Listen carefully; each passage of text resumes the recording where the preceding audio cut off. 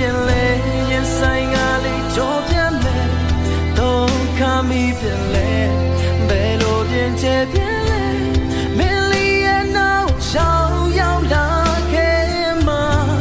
စိတ်ချလိုက်ချက်သူရဲ့ဒီလူရဲ့အသက်မှာမင်းလေးရဲ့ပုံရိပ်ထောင်စင်နေရယူလို့တာဆုံးမဲ့ချက်တွေနဲ့ရှင်တန်နေစေပါစိတ်ချလိုက်ချက်သူတဲ့နေအိုမင်းရဲ့အနာငါရှောင်းလာမှာ